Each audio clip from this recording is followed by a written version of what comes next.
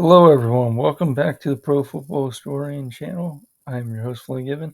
Today, we'll be discussing the Denver Broncos, and we'll look into what happened this year in 2021. Then, they'll go over their schedule, go over each game, and then we'll go into the offseason. Obviously, a big trade happened recently where the Denver Broncos sent, multiple draft picks and 3 players for Russell Wilson. So that does change a lot of things.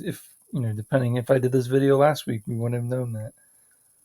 So, got a new head coach, uh, Nathaniel Hackett, but with Vic Fangio's, let's go over their games. They had a game against the Giants week 1.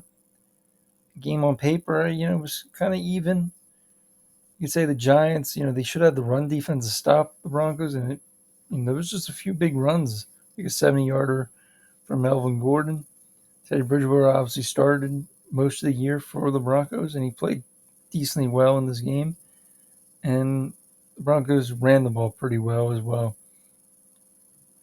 Giants couldn't do much on offense, and the Broncos came out with a victory in week 1. They then played arguably the worst team in football this year, and Broncos took care of business, but they didn't. It was a close game at half, and second half, Broncos didn't dominate the game, but they played better than the Jags. And they just didn't have enough firepower in offense, even though they had the weapons for it.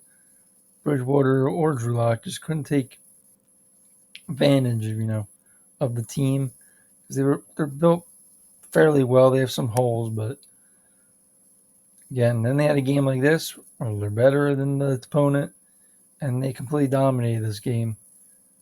There wasn't really any big plays, but long drives, and ultimately the Jets couldn't do much on offense, and Bridgewater took care of the ball. They ran enough. Wasn't great success running the ball, but they had the ball a lot and slowly, ran the clock. Denver was up 17-0 at half, and they just added to it. Then they play the Ravens. Most people remember the ending of this game, how Ravens kind of just ran to keep a streak alive.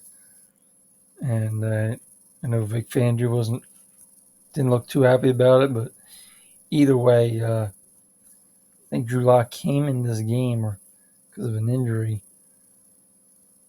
Either way, Broncos didn't play horrible, but they didn't play great.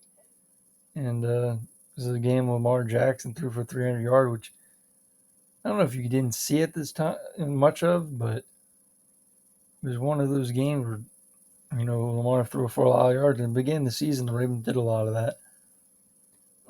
Lamar really carried that team for the most part for about half the year until it kind of fell apart until he got hurt. Either way, Broncos then they were 3-0. They lost to the Ravens. And then they just went on a losing streak. They played the Pittsburgh Steelers. Team ultimately would make the playoffs, but I don't know if they're necessarily worse than them. Both have pretty good defenses, and offensively, they're both challenged in certain areas. Have receivers, have, tight ends at this time. Obviously, Noah Fant just got traded, but still have some talent there. Oh, didn't mean to do that. So, you have Bridgewater, 2 touchdowns, a pick. I know late in the game they did score a touchdown. So it wasn't as close as it looked on paper. They did come back, and Bridgewater did lead them back, but ultimately wasn't enough. Go 3-2. Then they play the Raiders. You're like, this is the team they probably could beat, and they ultimately just, I wouldn't say they didn't show up, but second half just didn't go the way. I don't know why I keep doing that. Okay, so the Denver scored 14. It was somewhat, the Broncos could, they were fighting. They just were down 10 points at half, and then the Raiders' third quarter just made it worse. Making it 31-10 at in this third quarter. Then the Raiders gave up a couple touchdowns, but ultimately didn't really matter. Raiders controlled this game, and I think this is the first game where the Raiders didn't have John Gruden. Either way, they then go to Cleveland. Cleveland's a very talented team. Obviously, they had a lot of issues quarterback-wise and other stuff. It was a Thursday night game, and Broncos were the underdog, I believe. Even so, it was like 1 or 2 points because I guess the Case Keenum factor, because Baker did not play this game. Yeah, actually, I think the Broncos probably were favorites. Either way, it was a pick-em kind of game. And they couldn't stop Dearness Johnson. It was one of the more concerning games from a run defense standpoint. They didn't really have problems.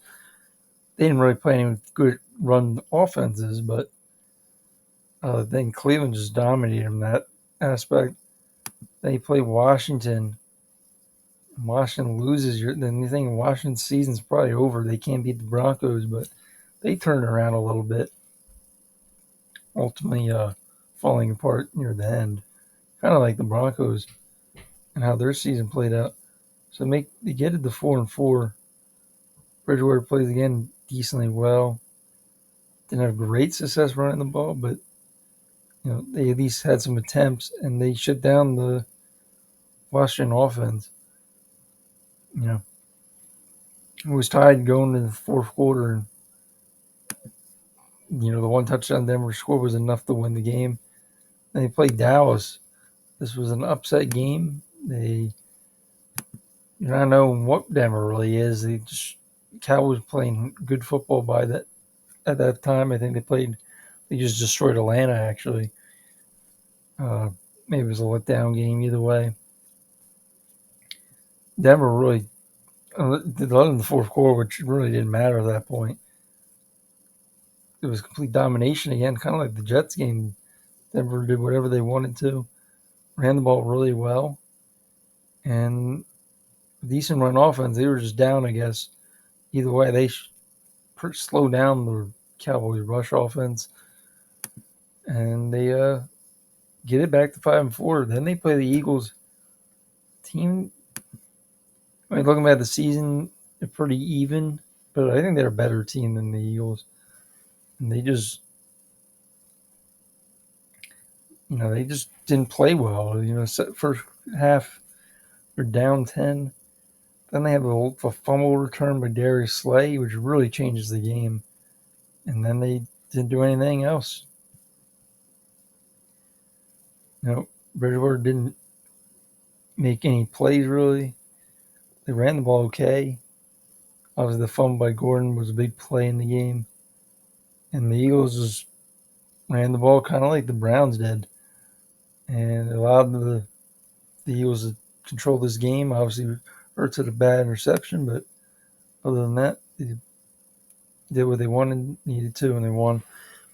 Then they had a bye week. Played the Chargers, another team. I think the Chargers are probably a better team. Either way, they played better, won the game. Then they picked off Herbert a couple times. You could say somewhere it wasn't really his fault. Either way, Bridgewater gets hurt. Locke comes in and doesn't do too well, but kind of hung on for the victory.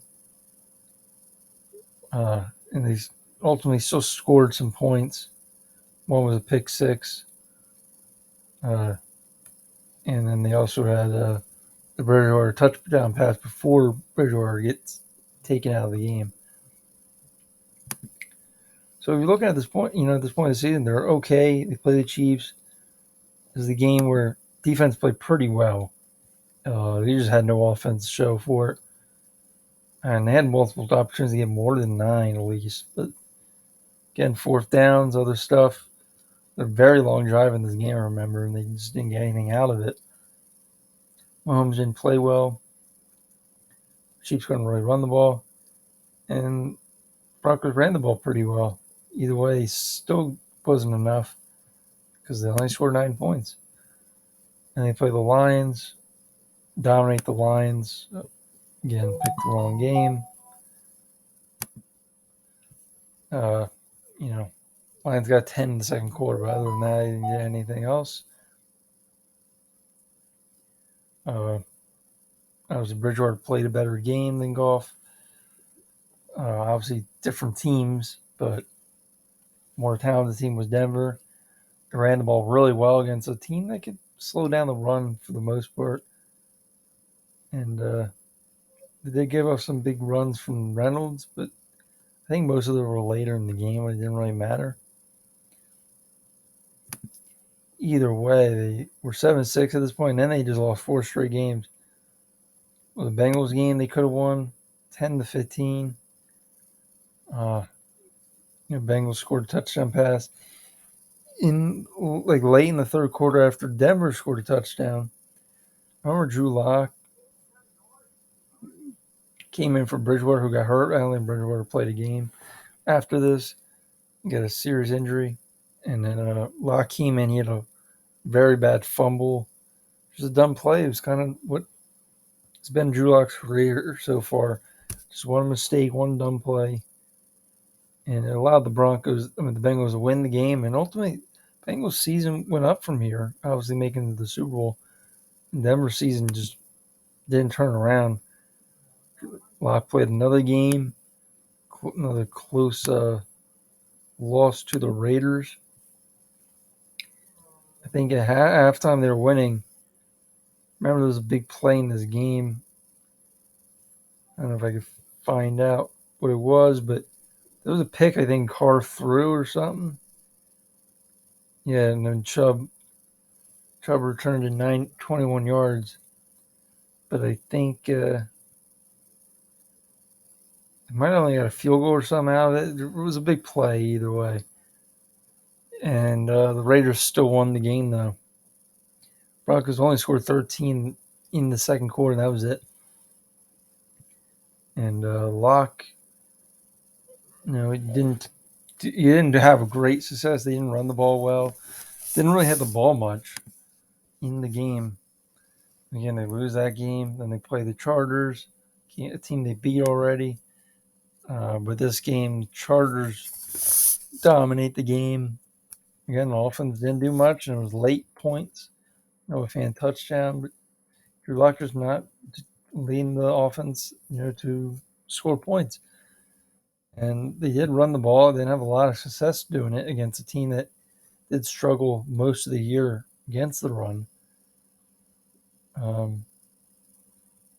Again, Locke played better, but it wasn't enough. And they had the last week against the Chiefs. Locke actually played pretty well. I know he had 2 rushing touchdowns, so the stats might not look as good. But those runs by Locke, plus the Melvin Gordon runs, and Javonte Williams also involved. It's a game they fought. And really, that Melvin Gordon fumble that Melvin Ingram picked up and returned. Melvin Ingram's forced fumble. Nick Bolton returned it 86 yards. And then the Broncos went down again and scored, but they kicked a field goal. And then they never touched the ball again, I believe. And that's how the season ends for the Broncos. Now going to the next season, you got the offensive line pretty good. I think they need a tackle probably. Right tackle. Garrett Bowles, the left tackle, is pretty good. Obviously, Russell Wilson. Tight ends, I want to make sure I say his name right, but Albert, Aku Bunam, I think that's how you say Aku Bunam. He's probably going to be the starting tight end. You got Tim Patrick, Cortland Sutherland, Jerry Judy, KJ Hamler. You got great receivers. Running backs are good. I don't know if Melvin Gordon's going to be on this team, but either way, Javonte Williams, it's weird to say. They exact amount of carries. Melvin Gordon actually stats were better, even though I think Williams at this point is probably a better player. Definitely had more of a receiving factor. and I'm going to just fumble more. Either way, pretty good roster on offense with Russell Wilson. You would believe new offense. It's going to be more of a West Coast type. It's going to be a mix. Nathaniel Hackett, he has some mixed background. You can remember his offense with Jacksonville, Blake Bortles. And then he also has the connection with Matt LaFleur, who comes from, Sean McVay and Kyle Shanahan. So you know it's his own running scheme, which they've been running for a while, I believe, Denver. Um, so, yeah, and then defensively, they got some holes in, maybe middle linebacker they could fill. Maybe another pass rusher with Bradley Chubb is basically their main guy there. Defensive line now with no Shelby Harris in the Seahawks trade with Russell Wilson. They don't have him. So we probably need some defensive linemen. But secondary wise, really good. Really, I don't have any issues with them. I don't know if they're going to be the same as last year because they had a lot of depth. Again, the scheme's going to be different since Vic Fangio is not the head coach anymore. So it's the only question I really have with Denver. And again, tough division too. So no draft, no first round pick. Mom go over the draft, mock drafts and stuff that Denver might have because they don't have that pick anymore. Seattle does. So that will be all I'll be covering. Really appreciate you watching and listening, and enjoy the weekend.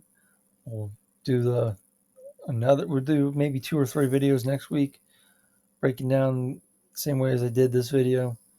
Again, have a great day, and talk to you guys later.